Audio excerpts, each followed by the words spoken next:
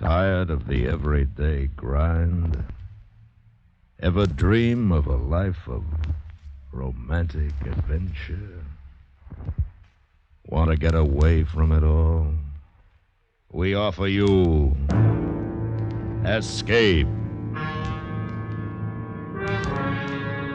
Escape, designed to free you from the four walls of today for a half hour of high adventure.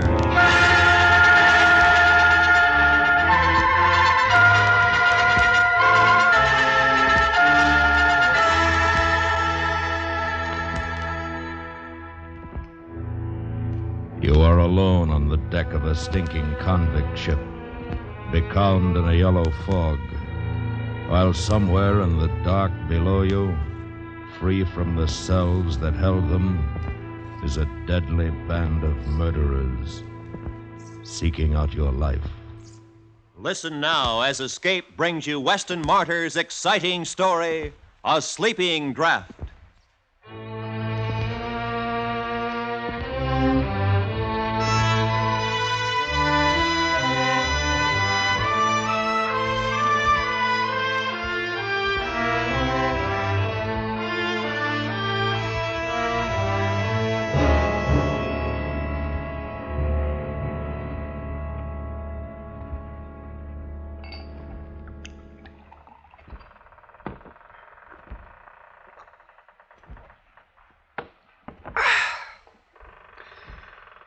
That helps. But it's like I say. You can't forget. You can never forget. Yet it's at night that you think about it. With the water outside rushing past the hull. That's when you think. And it can never be the same. You can't trust anybody. Never. Not a soul. I can tell you, you just can't trust them. Not even yourself.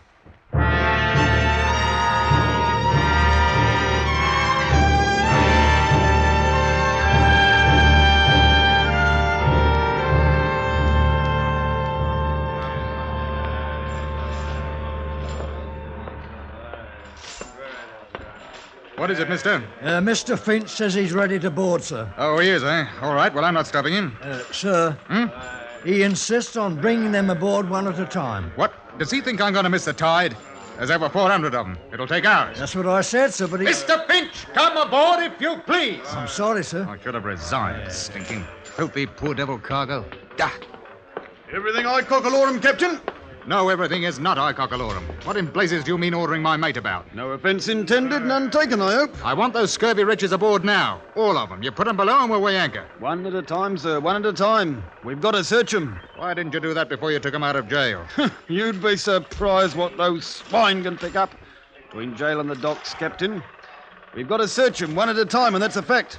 They're murdering devils, every last one of them. Convicts came aboard one by one. I watched them. They were going from London to a land they'd never seen. A colony had bought them. Australia.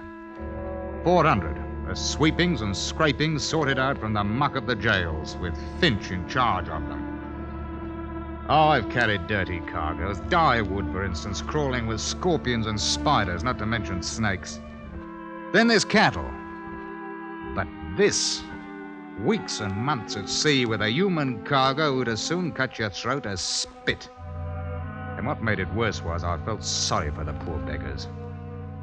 I watched them come aboard until there were 2 left. Name? Wilkes. Search him. Hey, take your bleeding hands off of me. I ain't got nothing. Ain't you stole me last morning? Shut your jaw! That's enough, Finch. I won't have the cat used on my ship. They'll get enough of it where they're going. You're a trusting soul, you are, Captain. How would you like that between your ribs? A touch of the cat's a lot better than letting this swine bring a knife aboard. Take 'em below! I don't know how they do it. Swelp me, I don't. You got to watch 'em for knives. Next! Right. Ooh, here's a terror. Look at the size of him. Dangerous swine. 3 murders in Australia. Escaped. He's in for it when he gets back. Name? Abbey. Jonathan Abbey. Abbey.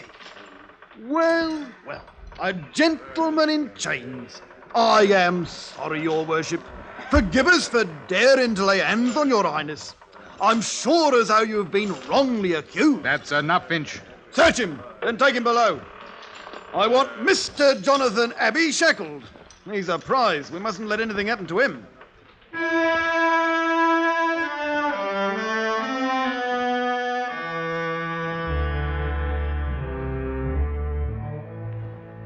From the day we left London docks, I'd taken a violent dislike to Finch. He seemed to be happiest when he was laying about him with his cat on the convicts herded like sheep below decks. He kept them quiet enough. But one night I decided to have it out with him in my cabin. I made it strong, I can tell you, so that even he could understand what I meant. You all finished, Captain? All right, you hear me out. They're a bad lot. 400 of them, all bound for Australia, and they don't want to go. You follow me? There's that bloke Abbey. As soon as we touch Sydney, the game's up for him. They'll hang him, sure. That does not mean that you have the right to make life even worse for them here. Oh, no. If I don't, where do you think we'll be? What would you do if you were down there? I'll tell you. Get hold of this ship. That's what you'd do, and it'd be easy. They're locked in and we've got a guard. Ah, you don't know them like I do. Yeah, there's another thing. When I searched them, there was 1 to 5 sovereigns stowed away on every man. Earned or stolen. That'll come to over £1,000 by my figures. They're entitled to that money. It's little enough to take to a wild country. It's true, but there's them down there what would slit the gullet of any man for a shilling. You asked me to dainty with them. Ah! That's the way he talked to me. And I can tell you I didn't feel easy anymore. I did something I hadn't done for a long time. Brought 2 pistols out from ship's stores and kept them under my pillow.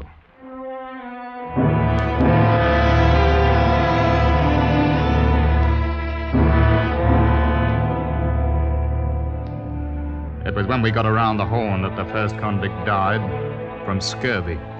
We had to put him over the side, of course, and there was a lot of grousing. I went down to the hold with Finch. It was hot and stinking. Now, you let me talk to him, Captain. I'll put it to rights. You tell him it couldn't be helped. Don't you mind. I'll tell him. Oi! Here comes old Bloody Pot. Hey, Finch, did you steal the clothes off the poor beggar's back before you threw him in? Men! Men! We ain't men, dearie, we're dogs, or haven't you heard? Why didn't you wait to bury poor old Smithy in the ground instead of chucking him in the sea? All right! All right! All right! We've got another 2 or 3 weeks before we reach land. I'll make a bargain with you. The next one that dies, now it's getting nice and hot, I'll leave him down here. And you can take care of him and mourn him until we get to Australia. How's that? Half a crown, you don't keep him for 3 days. That's old Bloody Pot, always a nose for business. If you ain't satisfied with that, I'll see that hatch is closed down tight for the rest of the voyage. And you can boil for all of me.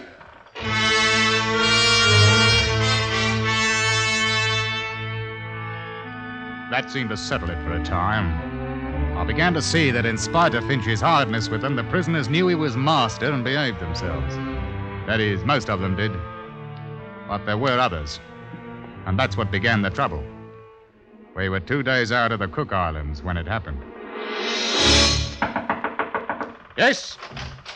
Captain, there's a man on deck. We brought him up from below. It's horrible. It's What happened?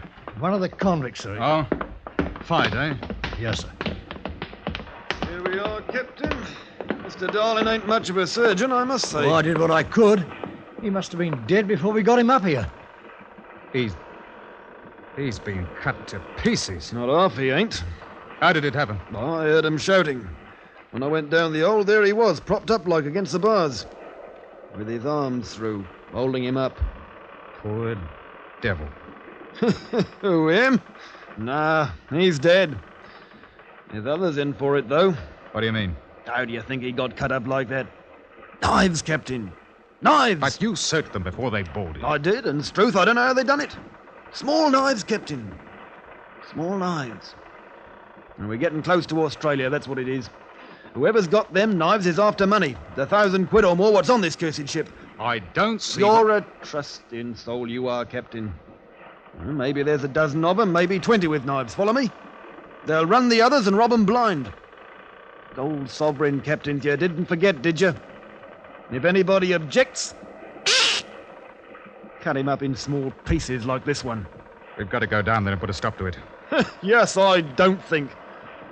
How many guns you got aboard? Well, 2 pistols and 4 muskets. That's a fat lot of good. Oh, well, must take the sweep with us, Sarah. We can try, there's no harm in that. Mark my words, Captain, before we get to Sydney, all of us will probably have our throats cut. Come on. Finch and I, with 2 seamen, armed ourselves and went down into the hold and stood outside the bars. The men inside were quiet. Very quiet. They just looked at us, dark-like. You men! I'll talk to them. Now, you listen to me. We know some of you are carrying knives. And I want you to throw them out here. Nothing further will be said about it if you do as I say. Well?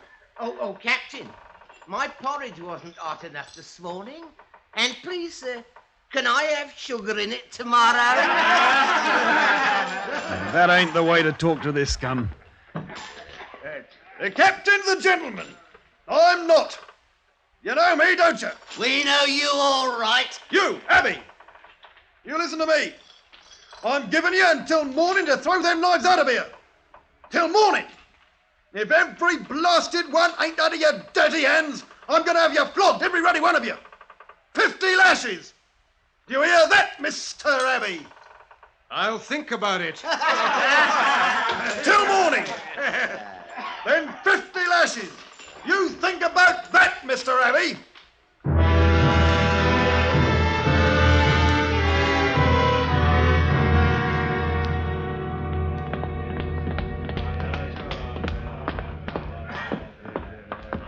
Good morning, Captain dear, and Mr. Finch. You filthy scum, where's them knives? Where they do the most good. All right. I've given you a chance. I've played fair. Mr. Finch, sir, may I have a word with you? Oh, come back to your senses, have you? Now, bend close to the bars, because what I got to say, I got to whisper. Well, what is it? What is it? Well, now, it goes like this here. Well, that's 100 lashes, Wilkes. I'll take you first and handle the cat myself. Oh, no, sir. Why not take him first? He won't feel it like I will. The crowd of men parted suddenly, and from out of them was pushed what had once been a man. It fell against the bars, and then, no longer with the support of living arms, it slid to the deck. We looked at him, Finch and me. His life had been worth a sovereign, maybe 2. He hadn't either now, and the knives were still in the hole, with them that had killed him.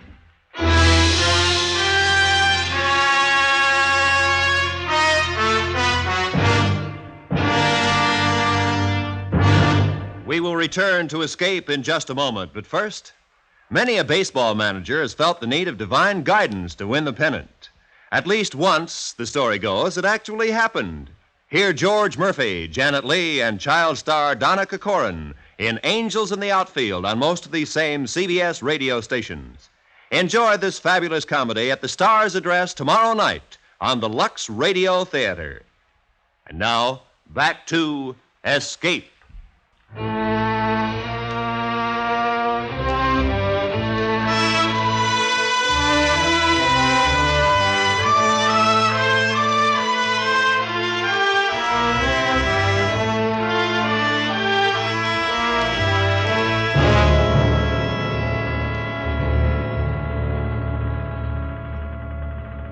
As I sees it, we've got to have a council of war in a manner of speaking. I'll tell you one thing, Mr. Finch. There'll be no flogging. I can see you're sharper, you are. That's right. Too dangerous. We ain't armed for it. We're in a nasty mood. We got to be crafty, same as them. I wish we could spill the old lot of them overboard. And lose your contract for carrying them? Not bloody likely. Here, listen here. I'll get them knives. How? It's Abbey behind this. He tells them what's what. Get him out and the others will come around. Mark my words. Are you going into the old... Not yet. Wouldn't go in there. But after we cut off their water and food, seal the hatch, you see what happens. They die. They'll die from knives then. Which do you want? They'll be begging you to take their ruddy knives in 3 days. And if they don't? We'll tell them to hand over Abbey to us, that he's the one to blame for their misfortunes. They'll do it. All right. If that's the only way, I'll give the order. But not just yet, Captain. We'll let them sit down there and wonder. Wonder what we're going to do about them. Some of them may get nervous. We'll let them wonder a bit.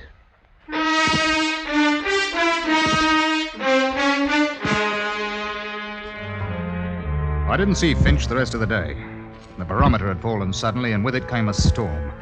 I can tell you I had my hands full for the next 24 hours. There was no time to worry about what was going on in the hold of the ship, but I didn't think they'd have much stomach for knifing each other and killing. Next morning at breakfast, he didn't turn up at all. We searched the old ship, and then I went down into the hold. And that's where he was. And he hadn't died quickly. Someone had held him against the bars, and the others had... He hadn't died quickly. Present for you, Captain. Who did this? Who did it? I wouldn't waste sleep mourning him, Captain. He was a bully and no better than us, except that he was outside. Abbey? Well, I thought you were shackled. Yes, I was, but Mr. Finch kindly supplied the key to unfasten me. You're going to pay for this. All of you. Where are those knives? In here, Captain. Want to come in and get them? You'll pay for this. You're repeating yourself, Captain. Good morning. Blasted convict had dismissed me like I was a clerk in an office. There wasn't anything I could do about it. With Finch out of the way, they knew I was an easy mark. It was the nights that got on my nerves. I could hear things happening, lots of things. And it was awful. Those devils with the knives. And each morning we'd have to pull out 6 or a dozen, all cut about and bleeding. Most of them died. But those with the knives were getting money they stole from the victims. I began to be afraid of me crewmen, that one would take a bribe and let that murdering crowd out. I walked around with 2 pistols in my jacket all the time. And then, late one afternoon, something very bad happened. I was standing by the wheel. Captain! Captain! Here, bosun. He got out, sir. Got out? Who? The big one, Abbey. 2 of us were standing guard. We heard a scream. It was Abbey. Said he'd been stabbed. Benson opened the grill to get in, and Abbey bashed him on the head and bolted. What about the others? I got the girl close in time. They're safe enough. He must be somewhere on the ship, sir, unless he went overboard. Not that one. He's up to mischief. Here, take one of my pistols, mister. Aye, sir. And pass out the muskets. I want every inch of the ship searched. If he puts up a fight, shoot him. Do you hear me? Shoot him!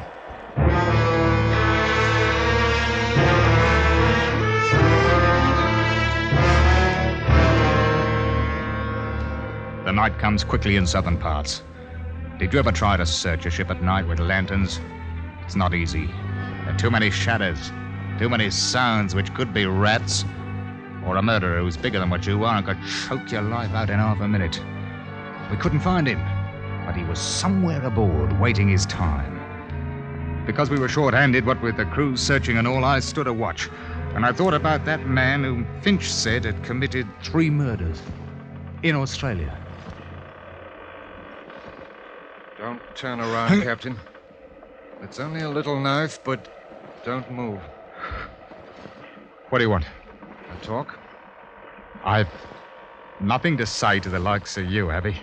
That may be, but I have an offer to make you. You know what I'm in for when we reach Sydney? Finch told me. I've no pity for you, Abbey. I'm not asking for pity. I have an offer to make. The men below are planning to take the ship. I don't think they've got a chance, but they'll be killing. Those that have got the knives have got all the money, too.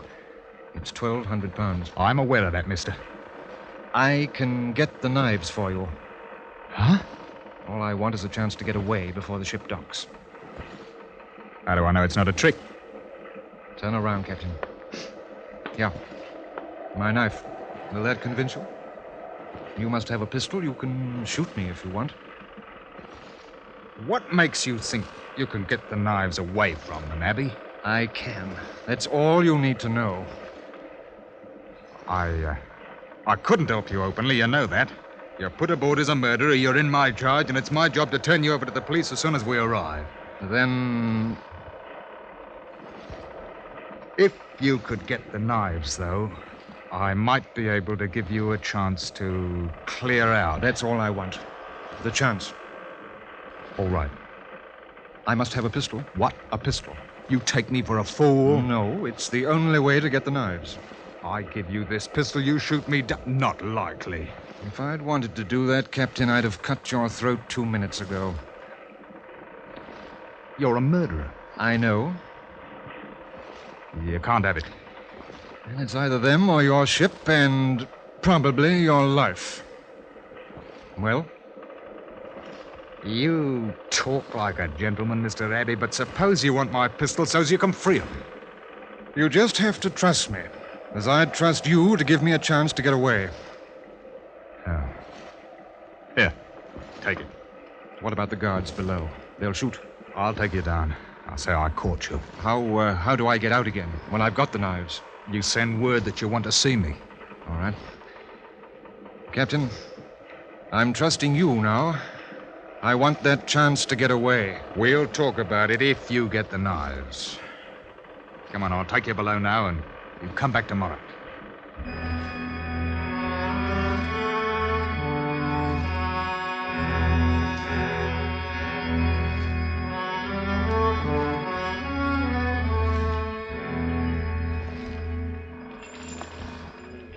Keep your voice low, Captain. They think I'm tricking you into making a bargain. They think I stole the pistol. I told them I had to have the knives to make you believe that we wouldn't make trouble. I said we'd take over the ship tonight. What do you want me to do? Leave me the key to the grill. I'll slip out tonight and bring you the knives. Well, they'll want you to let them out, too. I won't. I'll lock it. How do I know you will? You don't. You'll have to trust me, Captain. Did they know about this plan? All except for the fact that I'm going to lock them in once I'm out. Give me the knives now. No. They'd know something was wrong. I'd never get out alive. Give me the key. All right, Abby. Here. Tonight.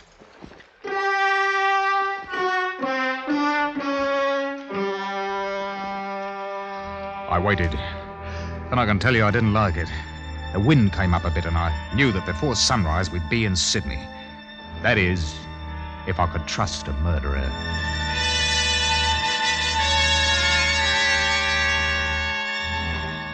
At 10 o'clock that night, there was a rap on my cabin door. One of your crew nearly caught me coming down here. Well, I've kept my side of the bargain. The knives are all there. No, you needn't worry. Here's your pistol.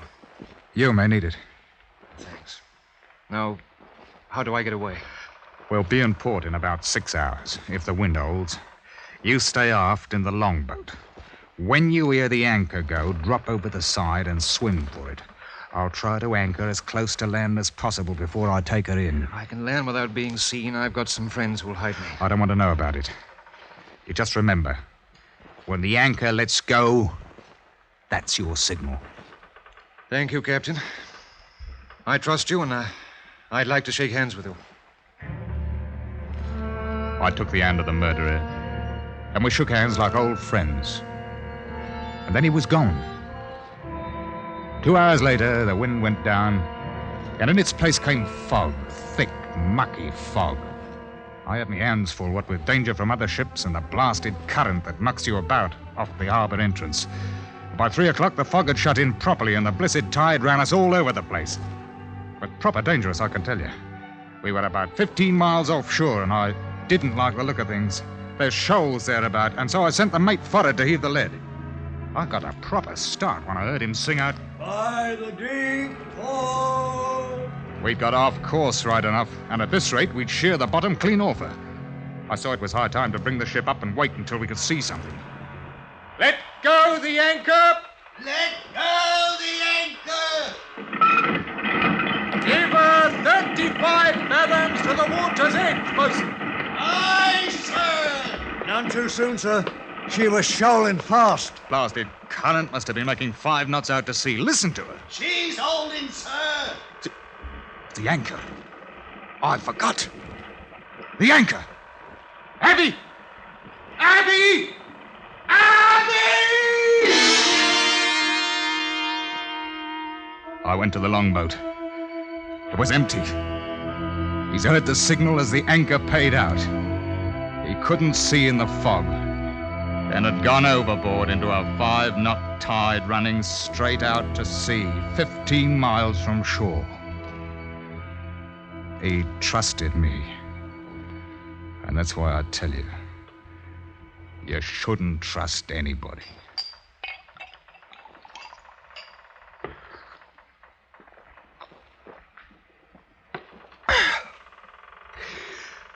Sometimes it's hard sleeping at night. When you hear the water outside and you think, that's when it's hard to sleep.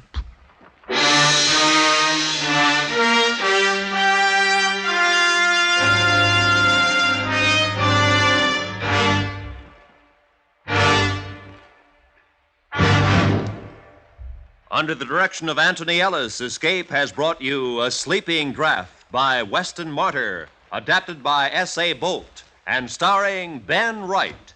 Featured in the cast were John Dodsworth, Richard Peel, Charlie Lung, Alec Harford, and Eric Snowden. The special music for Escape is composed and conducted by Leith Stevens. Next week. You are traveling east on a cross-country bus, while among your fellow passengers, seemingly innocent and friendly, are a man and a woman who plan to destroy you. You and 150 million of your countrymen. So listen next week when Escape brings you Anthony Ellis's exciting story, The Biggest Secret in the World.